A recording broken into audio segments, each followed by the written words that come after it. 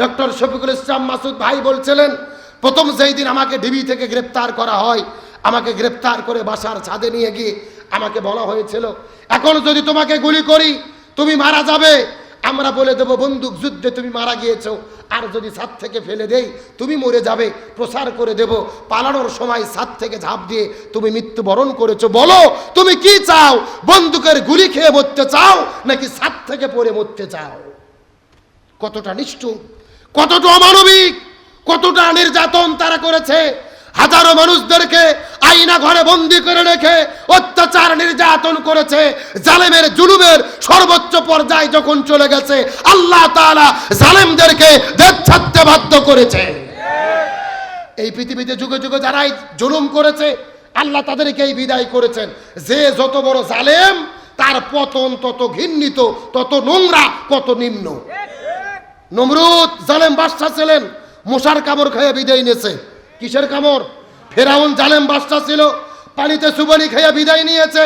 আবু জেহেল জালেম বাদশা ছিল, মাছ এবং মাছ ছোট বাচ্চাদের আঘাত খেয়ে বিদায় নিয়েছে। আর বাংলাদেশের জালেম বাদশা স্বৈরাচার হাসিনা লেডি ফিরাউন ছোট বাচ্চাদের ধাওয়া খাইয়ে মামু বাড়ি দিল্লি পালাতে বাধ্য হয়েছে।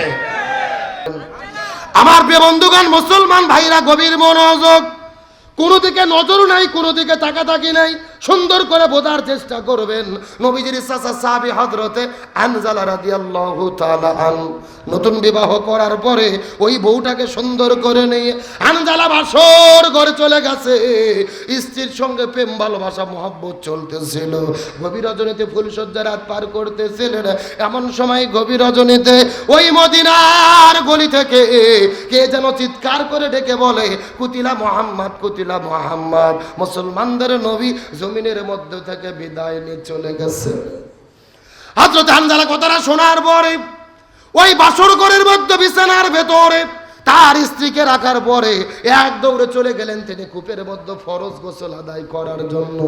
কূপের মধ্যে যাওয়ার পরে ওই কূপ থেকে পানি উঠানোর পরে হাতের মধ্যে পানি নিয়ে শরীরের মধ্যে যখন তিনি গোসল করার জন্য পানিটা ঢেলে দেবেন, এমন সময় লক্ষ্য করে দেখে আবার কে যেন মদিনার গলি থেকে কে যেন চিৎকার করে ডেকে বলে, ফানা যুদ্ধ শুরু হয়ে গেছে, কুতিলা মুহাম্মদ, কুতিলা মুহাম্মদ। মুসলমানদের নবী জমিন থেকে বিদায় নিয়ে চলে গেছে। হযরত হানজালা এই কথা শোনার পরে কূপের মধ্যে পানি ফেলে দেওয়ার পরে একদম তিনি বাসর ঘরে চলে গেলেন। ওই বাসর ঘরে তরোয়াল নেওয়ার পরে বউকে বাসর ঘরে রাখার পরে এক দৌড় দিয়ে যখন তিনি বাসর ঘরের মধ্যে থেকে বের হয়ে চলে যাও, পেছন দিক থেকে বিবি কাপড়টা টেনে ধরে স্বামীকে ডাক দিয়ে বলে, প্রাণের স্বামী, আপনি জিহাদ করতে যাবেন, উদের ময়দানে যাবেন, আমার কোনো আপত্তি নেই, কিন্তু আপনার তো ফরজ গোসল বাকি আছে। আপনি গোসল বাকি রেখে কেমন করে যুদ্ধের ময়দানে চলে যাবেন? ওগো স্বামী, আপনি আগে গোসল করেন, গোসল করে জিহাদের ময়দানে যাবেন। স্বামী ডাক দিয়ে বলে, বিবি, আমি যদি গোসল করা শুরু করি আর মুসলমানদের নবী উদের প্রান্তরে যদি শাহাদাত বরণ করে বিদায় চলে যায়, হাসরের ময়দানে আল্লাহ যদি আমাকে জিজ্ঞেস করে বলে, এ হানজালা, মুসলমানদের নবী উদের প্রান্তরে বিদায় নিয়ে শাহাদাত বরণ করে চলে গেল, তুমি বাসর ঘরের ভেতরে কেমন করে সময় পার করলে? আমি তখন আল্লাহর কাছে কেমন করে জবাব দেব? লিল্লাহি তাকবীর। মুসলমানদের নবী জমিন থেকে যদি বিদায় নিয়ে চলে যায় আর হাসরের ময়দানে আল্লাহ যদি আমার কাছে জিজ্ঞেস করে বলে, এ হানজালা, মুসলমানদের নবী উদের প্রান্তরে বিদায় নিয়ে চলে গেল, তুমি বাসর ঘরের মধ্যে কেমন করে সময়টা কাটাইলে? এই কথা বলে হযরত হানজালা হাতের মধ্যে তরোয়াল নেওয়ার পরে উদের ময়দানের দিকে দৌড়ানো শুরু করলেন। দৌড়াইতে দৌড়াইতে উদের প্রান্তরে যাওয়ার পরে বিসমিল্লাহ করে যখন তিনি যুদ্ধ করা শুরু করে দিলেন, জিহাদের ময়দানে জিহাদ শুরু হয়ে গেল। ফজর নামাজের আজান দিল, কিন্তু তিনি ফজর নামাজ পড়তে পারলেন না। তার কারণ হলো তার ফরজ গোসলটা বাকি ছিল। একদিকে তার ফরজ গোসল বাকি, আর একদিকে ফজর কাজা, জোহর কাজা, আসর কাজা। 1 নয় 2 নয় 3 ওয়াক্ত নামাজ কাজা করেছে। জোরে বলেন, কয় ওয়াক্ত? আরো জোরে বলেন। এ বগুড়ার মুসলমান গভীর মনোযোগ, একদিকে তিনি ফরজ গোসল কাজা করেছে, আর একদিকে 3 ওয়াক্ত ফরজ নামাজ কাজা কাজা করার পরে যুদ্ধ করতে করতে মাগরিবের নামাজের আগে সন্ধ্যার দিকে কিছুক্ষণ পরে দেখা গেল পিছন দিক থেকে একটা কাফের আসার পরে হানজালার পিছন দিক থেকে কাদের মধ্যে আঘাত করলে হানজালার দেহ থেকে কাল্লাটা আলাদা হয়ে গেল। হানজালা মাটির মধ্যে পড়ে গেলেন, ঝরঝর ঝরঝর ঝরঝর করে রক্ত পড়া শুরু করলেন। রক্ত পড়তে পড়তে পড়তে পড়তে কিছুক্ষণ পরে লক্ষ্য করে দেখা গেল আল্লাহর ডাকে সাড়া দিয়ে ওই বাসর ঘর থেকে উদের প্রান্তরে হানজালা আসার পরে শাহাদাতের নজরানা পেশ করে জমিনে থেকে বিদায় নিয়ে চলে গেলি। এ বগুড়ার মুসলমান গভীর মনোযোগ, উদের প্রান্তরে শুধু হানজালা নয়, নবীজির ৭০ জন সাহাবী জমিন থেকে বিদায় নিয়ে চলে গেছে। আজকেও যারা মক্কা মদিনায় হজ আর উমরা করার জন্য চলে যাবেন, মদিনায় গেলে কিন্তু দেখতে পারবেন ওই মদিনার উহুদ পাহাড়ের পাদদেশ একই জায়গার ভেতরে ৭০ জন সাহাবীকে কবর দিয়ে রাখা হয়েছে, চতুর্দিক থেকে প্রাচীর দিয়ে ঘেরাও করে রাখা হয়েছে। একই জায়গার ভেতরে ৭০ জন সাহাবীকে কবর দিয়ে রাখা হয়েছে। আমার নবী বড় দয়া করে মায়া করে মহব্বত করে করে কান্না করে করে নবীজি নিজে হাতে ৭০ জন সাহাবীকে কবরস্থ করে রেখেছি। ওই মদিনা যাওয়ার পরে লক্ষ্য করে দেখলাম মদিনার ভেতরে হাজার হাজার পাহাড় দেখা যায়, কিন্তু হাজার হাজার পাহাড়ের ভেতরে কোন পাহাড় কিন্তু লাল নয়। উদ পার্কে যত পরিমাণ লাল দেখা যায় এত পরিমাণ লাল কিন্তু কোনো পার্কে দেখা যায় না। আমি মদিনার মানুষদেরকে জিজ্ঞেস করে বললাম, মানুষেরা এই মদিনার ভেতরে হাজার হাজার পাহাড়ের ভেতরে কোন পাহাড় তো এতটা লাল না, উদ পার্কে এত পরিমাণ লাল কেন দেখা যায় তুমি বলো তো দেখি।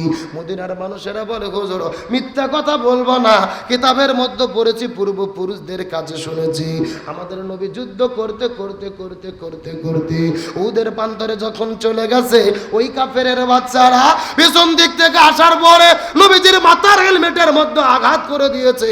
নবীজির মাথার হেলমেটটা ভেঙে নবীজির মুখের দাঁতের মধ্যে যখন ঢুকে পড়লেন, নবীজির দন্দন মোবারকটা তখন শহীদ হয়ে গেল। নবীজির মুখের মধ্য থেকে ঝরঝর ঝরঝর ঝরঝর করে রক্ত পড়া শুরু করেছে। একটা ফোঁটা রক্ত ওই মদিনার মধ্যে যখন পড়েছে পুরো মদিনা থর করে কাঁপা শুরু করেছে। আর একটা ফোঁটা রক্ত যখন মদিনার ভেতরে উদ পাহাড়ের নিচে যখন পড়েছে রে, পুরো মদিনা থর করে কাঁপতে কাঁপতে কাঁপতে কাঁপতে ওই সাদা আর কালো থেকে লাল আকার ধারণ করেছে। লিল্লাহি তাকবীর। আমি নবী না চিনিলাম কি ভুল করিলাম, আমি নবী না চিনিলাম কি ভুল করিলাম, ভস্মে ঢালিলাম ঘি, মানুষ হইয়া জন্ম লইয়া মানুষের করিলাম কি, আমি মানুষ হইয়া জন্ম লইয়া মানুষের করিলাম কি। আমার নবীজির বুকে রক্ত পড়ার কারণে পুরা মদিনা লালে লাল হয়ে গেলেন। নবীজি উদের প্রান্তরে হাউমাউ করে করে করে করে করে যখন নবীজি কান্না করা শুরু করলেন, লক্ষ্য করে দেন ওই মদিনার মধ্য থেকে একটা সুন্দরী মেয়ে মদিনার মধ্য থেকে বের হওয়ার পরে হাউমাউ করে কান্না করে করে করে করে মদিনার উদ পাহাড়ের দিকে দৌড়ে দৌড়ে দৌড়ে ছুটে চলে আসে। নবীজি লক্ষ্য করে দেখলেন মেয়েটির হাতের মধ্যে মেহেদি, পায়ের মধ্যে মেহেদি। নবীজির বুঝতে বাকি রইল না এই মেয়েটি বাসর ঘরের মধ্য থেকে উদের প্রান্তরে দৌড়ে চলে এসেছে। নবীজি মেয়েটির কাছে যাওয়ার পরে ডাক দে বলল, মা এ নববধূ, তুমি বাসর ঘরের মধ্য থেকে উদের প্রান্তরে কেন দৌড়ে চলে এসেছো? তোমার কান্না করার কারণটা কি বলো তো? মেয়েটি কান্না করতে করতে বলে, ইয়া রাসূলুল্লাহ, আপনি কি আমাকে চিনতে পেরেছেন? গতকালকে বিকেল বেলা আপনার চাচা হানজালার সঙ্গে আপনি যেই মেয়েটিকে বিবাহ করে দিয়েছিলেন, ওগো নবীজি আপনার কি মনে পড়ে? গতকালকে বিকেল বেলা আপনার চাচা হানজালার সঙ্গে আপনি যেই মেয়েটিকে বিবাহ করে দিয়েছিলেন, আমি তো সেই মেয়ে। আমাকে বিয়ে করে বউ সাজানোর পরে আপনার চাচা আমাকে নিয়ে যখন বাসর ঘরের মধ্যে চলে গেল, আমাদের মধ্যে প্রেম ভালোবাসা মহব্বত চলতেছিল। এমন সময় গভীর রজনীতে মদিনার গলি থেকে কে যেন চিৎকার করে ডেকে বলে, ফানান, যুদ্ধ শুরু হয়ে গেছে, কুতিলা মুহাম্মদ, মুসলমানদের নবী বিদানে চলে গেছে। এই কথা শোনার পরে আমার স্বামী হানজালা হাতের মধ্যে তরোয়াল নিয়ে উহুদের ময়দানে দৌড়ে চলে এসেছে, যুদ্ধ করা শুরু করে দিয়েছে। ওগো নবীজি, আমি জানতে পেরেছি কিছুক্ষণ আগে আমার স্বামী জমিন থেকে বিদায় নিয়ে চলে গেছে। আমার স্বামী বাসর ঘরের মধ্যে থেকে আসার পরে এই দিনের জন্য, ইসলামের জন্য জীবন দিয়ে শাহাদাত বরণ করেছে। ওগো নবীজি, এই জন্য ওদের ময়দানে চলে এসেছি। তবে আমাকে ভুল বুঝবেন না, আমার প্রতি টেনশন করবেন না, পেরেশানি হবেন না। আমার স্বামী জমিন থেকে বিদায় নিয়ে চলে গেছে, আমার স্বামী শাহাদাত বরণ করেছে, এই জন্য আমি কান্না করি না। আমার কান্না করার কারণ হলো আমার স্বামীর ফরজ গোসল বাকি আছে। আপনি একটু আমার স্বামীর জন্য গোসলের ব্যবস্থাটা করে দেবেন। লিল্লাহে তাকবীর। ওগো নবী, আপনি আমার প্রতি ভুল বুঝবেন না, আমার প্রতি অভিমান করবেন না। আমার স্বামী শাহাদাত বরণ করেছে, এই জন্য আমার মনের মধ্যে কোনো টেনশন নাই। আমার টেনশন করার কারণ হলো আমার স্বামীর ফরজ গোসল বাকি, আপনি দয়া করে একটু গোসলের ব্যবস্থাটা করে দেবেন। তার কারণ ইসলামী শরীয়তের বিধান হলো, যদি কোনো ইমানদার মুসলমান যুদ্ধের ময়দানে যাওয়ার পরে জিহাদ করতে করতে এই দুনিয়া থেকে বিদায় নিয়ে চলে যায়, এদেরকে কিন্তু গোসল করানো হয় না, এদেরকে কিন্তু নতুন করে কাপনের কাপড় পরানো হয় না। আল্লাহ বলছে, ইয়া রাসূলুল্লাহ, এই জমিনের ভেতরে ইসলামী আন্দোলন করতে গিয়ে, এই জমিনের মধ্যে দ্বীন কায়েমের আন্দোলন করতে গিয়ে যারা জীবন দিয়ে বিদায় নিয়ে চলে যাবে, এদেরকে নতুন করে কাপনের কাপড় পরানোর দরকার নাই, নতুন করে গোসল করানোর দরকার নাই। এদের রক্ত মাখা জামা নিয়ে, শরীর নিয়ে কবরের মধ্যে দাফন করে দেবেন। তার কারণ হাসরের ময়দানে এই মানুষগুলো রক্ত মাখা জামা কাপড় নিয়ে আল্লাহর কাছে শহীদদের কাতারে দাঁড়ায়া যাবে। লিল্লাহে তাকবীর। এই জন্য মেয়েটি ডাকতে বলে, ইয়া রাসূলুল্লাহ, আমার স্বামী জমিন থেকে বিদায় নিয়ে চলে গেছে, এই জন্য আমার কোনো টেনশন নাই, ভয় নাই। আমার স্বামীর জন্য একটু গোসলের ব্যবস্থাটা করে দে। তার মানে বোঝা গেল, আল্লাহর প্রতি ঈমান আনার পরে ঈমানের বলে যারা বলিয়ান হয়, এরা কখনো টেনশন করে না রে। হাসতে হাসতে জীবন যে চলে যায়, কিন্তু জালিমের কাছে মাথা নত করে। এই জমিনের মধ্যে লক্ষ্য করে দেখেন, আমাদের নাকিব, আমাদের আবার মৌলানা মতিউর রহমান নিজামী, আব্দুল কাদের মোল্লা, সালাউদ্দিন কাদের শাখা চৌধুরী, আলী হাসান, মোহাম্মদ মুজাহিদ, মীর কাসিম আলী মিঠু ভাই সহ কোরআনের বাকি শহীদ আল্লামা দিলওয়ার হোসেন সাইদি, হাসতে হাসতে তারা জীবন দিয়েছে, ফাঁসির দড়িতে ঝুলেছে, কিন্তু জালেমের কাছে মাথা নত করে। আমার মনে বলে, এই সমস্ত মানুষের স্যাক্রিফাইসের কারণে, জীবন দেওয়ার ওসিলায় এই বাংলাদেশে আল্লাহ নতুন করে একটা স্বাধীনতা দান করেছে।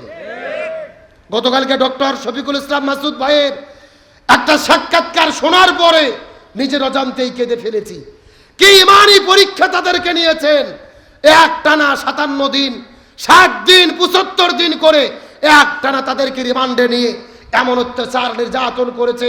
ডক্টর শফিকুল ইসলাম মাসুদ ভাই বলছিলেন, প্রথম যেই দিন আমাকে ডিবি থেকে গ্রেপ্তার করা হয়, আমাকে গ্রেপ্তার করে বাসার ছাদে নিয়ে গিয়ে আমাকে বলা হয়েছিল, এখন যদি তোমাকে গুলি করি তুমি মারা যাবে, আমরা বলে দেবো বন্দুক যুদ্ধে তুমি মারা গিয়েছো, আর যদি ছাদ থেকে ফেলে দেই তুমি মরে যাবে, প্রচার করে দেব পালানোর সময় ছাদ থেকে ঝাঁপ দিয়ে তুমি মৃত্যুবরণ করেছো। বলো তুমি কি চাও, বন্দুকের গুলি খেয়ে মরতে চাও নাকি ছাদ থেকে পড়ে মরতে চাও?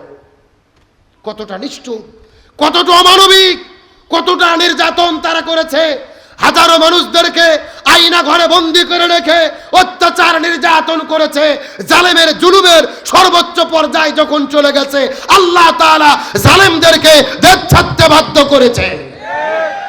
এই পৃথিবীতে যুগে যুগে যারাই জুলুম করেছে, আল্লাহ তাদেরকেই বিদায় করেছেন। যে যত বড় জালেম, তার পতন তত ঘৃণিত, তত নোংরা, কত নিম্ন। নমরুদ জালেম বাদশা ছিলেন, মশার কামড় খেয়ে বিদায় নিয়েছে। কিসের কামড়? ফেরাউন জালেম বাদশা ছিল, পানিতে চুবনি খেয়ে বিদায় নিয়েছে। আবু জেহেল জালেম বাদশা ছিল, মাছ এবং মাছ ছোট বাচ্চাদের আঘাত খেয়ে বিদায় নিয়েছে। আর বাংলাদেশের জালেম বাদশা স্বৈরাচার হাসিনা লেডি ফিরাউন ছোট বাচ্চাদের ধাওয়া খাইয়ে মামু বাড়ি দিল্লি পালাতে বাধ্য হয়েছে। এখন আবার বলতেছে আমরা সীমান্তের কাছে আছি, যে কোনো সময় শর্ট করে ঢুকে পড়তে পারি। কথা কন না কে? আমরা বলতেছি আসেন ম্যাডাম আসেন, এটা তো আপনার বাবার দেশ, আপনি শর্ট করে ঢুকবেন আর আমরা আপনাকে ফট করে আয়না ঘরে ঢুকে দেবো। এ জোরে কোন কি ঘর? কে রে? ও শর্ট করে ঢুকবে, আমরা কি ফিডার খাবো, আঙুল চুষবো? আমরা কোথায় ঢুকে দেবো? বুবু আইবা তুমি আইবা গো, এইবার আইসা বুবু ক্ষমতা পাইবা না। যারা ঠিক বলবে না মনে করবেন ওই গ্রুপের লোক। এ জোরে বলেন ঠিক, আরো জোরে ঠিক। বুবু আইবা তুমি আইবা গো, এইবার আইসা বুবু ক্ষমতা পাইবা না। খোঁজ নেই বুবু কাদের কাকার, অবস্থা খারাপ ধরবে যে বাবার। হারুন আঙ্কেল এখন সামনে আসে না।